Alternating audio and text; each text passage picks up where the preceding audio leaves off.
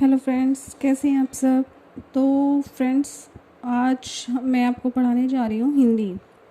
हिंदी में हमारा टॉपिक है आज का भाषा तथा वर्ण। जितने भी हमारे कम्पिटिटिव एग्ज़ाम होते हैं, चाहे वो रीट के हैं या फिर सी टेट के हैं या किसी भी टेट के हैं, तो हिंदी उसमें आती है। एक लैंग्वेज आपको हिंदी और इंग्लिश है उसमें कंपलसरी है, वो आती है आपकी। तो आज से हम हिंदी का जो आपके चैप्टर्स हैं वो स्टार्ट करते हैं। तो आपसे रिक्वेस्ट है, आप सब्सक्राइब कर लीजिए और पसंद आए तो लाइक कीजिए। तो आज का हमारा टॉपिक है भाषा और वर्ण। तो हम दोनों के बारे में आज हम डिस्कस करेंगे, भाषा और वर्ण। ठीक है फ्रेंड्स। तो भाषा का है हमारे जो भाव होते हैं और विचार होते हैं, उनका आदान प्रदान का जो माध्यम होता है वो उसे भाषा कहते हैं। जैसे हम अपने हमारे मन में जो भी चल रहा है उसको हम किस तरह से एक्सप्रेस कर सकते हैं दूसरे के सामने। तो जो भी हमारे मीडियम होते हैं, जो भी माध्यम होता है, उसको हम भाषा कहते हैं। जैसे हम अगर लिख कर किस चीज़ को बताते हैं, लिख कर अपने भावों को बताते हैं, तो उसे लिखित भाषा कहते हैं। अगर हम बोल कर अपने विचारों को, अपने जो मन के भावों को बताते हैं, तो उसे मौखिक भाषा कहते हैं। लेकिन अगर हम ना तो बोलकर और ना लिख कर बताएं, तो हम तीसरा जो माध्यम है यानी कि सांकेतिक इशारों से बताते हैं, तो उसे सांकेतिक भाषा कहते हैं। तो भाषा के 3 भेद होते हैं, लिखित भाषा, मौखिक भाषा और सांकेतिक भाषा। तो 3 माध्यम से हम अपने भावों को दूसरों तक पहुंचा देते हैं। तो जो हमारे संविधान की जो 8वीं अनुसूची में है, भारत की अभी तक 22 भाषाओं को मान्यता मिली हुई है और हमारी जो मातृभाषा है, राजभाषा है, वह हिंदी है। तो 14 सितंबर 1949 को संविधान सभा ने हिंदी को राजभाषा के रूप में दर्जा दिया था। तो ये हो गया भाषा से रिलेटेड। फिर है हमारा वर्ण फ्रेंड्स, जितने भी हमारे ये ए से लेकर ग तक हैं, जो जितने भी हैं ये वर्ण कहलाते हैं। जो भी हमारे क ख ग ढ हैं, ए से अनार हैं, सभी इनको हम वर्ण कहते हैं। तो ये टोटल हमारे 44 हैं फ्रेंड्स। 33 हमारे व्यंजन हैं और 33 हमारे जो हैं व्यंजन हैं, 11 हमारे स्वर हैं। तो स्वर और व्यंजनों के मेल से है जो वर्णमाला बनती है, यानी कि जब स्वर और व्यंजन दोनों को मिला दिया जाता है तो उन्हें वर्णमाला कहते हैं। तो वर्ण को हम देख लेते हैं फ्रेंड्स। वर्ण जैसे ये है टमाटर, तो टमाटर को अगर हम अलग अलग करेंगे तो देखिए उसमें ये हमारे स्वर भी मिले हुए हैं और व्यंजन भी मिले हुए हैं। वर्ण जो स्वर होते हैं उनमें हमें किसी की सहायता नहीं लेनी पड़ती। जैसे ए है, आ है, तो इनमें हमें किसी की सहायता नहीं लेनी पड़ती। लेकिन व्यंजन में के लिए हमें स्वरों की सहायता लेनी पड़ती है। हर व्यंजन के साथ एक स्वर जुड़ा होता है। जैसे टमाटर है तो टे जो हमारा है व्यंजन है, वो किससे बना, टे और ए से बना है।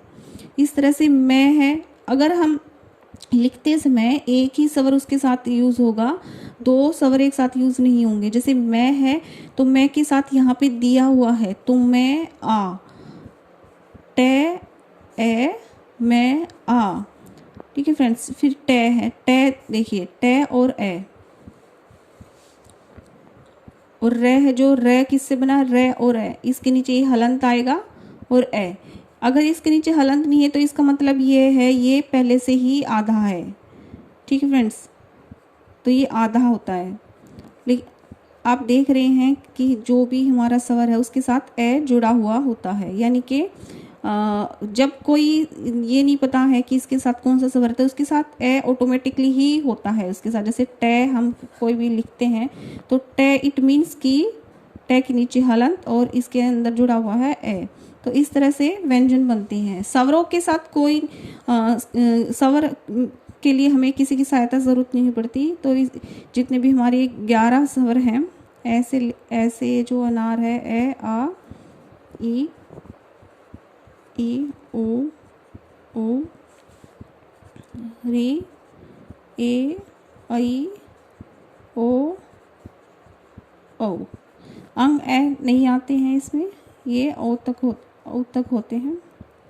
और कैसे जो हमारे गह तक हैं वो हमारे व्यंजन होते हैं। तो और इन्हीं से हम आगे जाके सीखते हैं, क्योंकि ये बेसिक हमें सीखना ज़रूरी है कि हमारे स्वर कौन से होते हैं, व्यंजन कौन से होते हैं, क्योंकि अगर जब तक हम ये नहीं सीख पाएंगे तो हम कवर कोई भी जो हमारे आगे डिटेल से हमें हमारे सिलेबस में दिया होता है कि स्पर्श अंतस्थ ऊष्म व्यंजन कौन से होते हैं, उनका ताल जो है बोलने का स्थान कौन सा है, तालव्य है, कंठ है, तो ये चीज़ समझ में नहीं आएगी। तो जो कैसे अड़ैतक होते हैं, उन्हें हम कवरक कहते हैं। और जो च से या तक होते हैं उन्हें हम चवरक कहते हैं। ट से अण तक होते हैं उन्हें तवरक कहते हैं।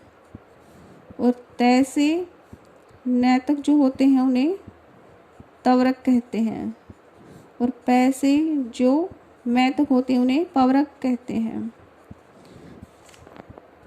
ठीक है फ्रेंड्स, तो ये हमारे वर्ग हो गए हैं। तो इसके अंदर ही हमारे सारे व्यंजन आ जाते हैं। जो स्वर है हमारे 3 टाइप के होते हैं, ह्रस्व स्वर, दीर्घ स्वर और प्लुत स्वर। ठीक है फ्रेंड्स, तो हमारे 3 टाइप के स्वर होते हैं। व्यंजन हमारे होते हैं अंतस्थ व्यंजन, ऊष्म व्यंजन।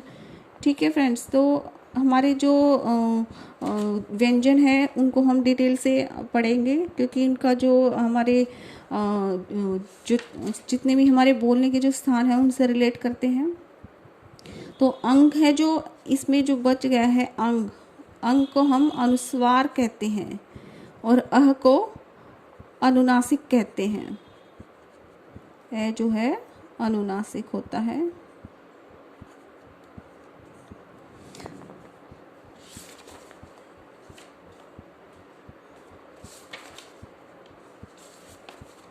ठीक है फ्रेंड्स, तो ये जो स्वर और व्यंजन मिला के एक पूरी वर्णमाला तैयार करते हैं। और इसके अलावा जो है अड़ और ड है जो, इनको उत्क्षिप्त व्यंजन कहते हैं। और इसके अलावा जो क्षत, अक्षय, त्रय और यज्ञ जो हमारे होते हैं उन्हें संयुक्त व्यंजन कहते हैं। संयुक्त व्यंजन इन्हें कहते हैं। ठीक है फ्रेंड्स, तो ये हमारे जो मेन है स्वर और व्यंजन हैं।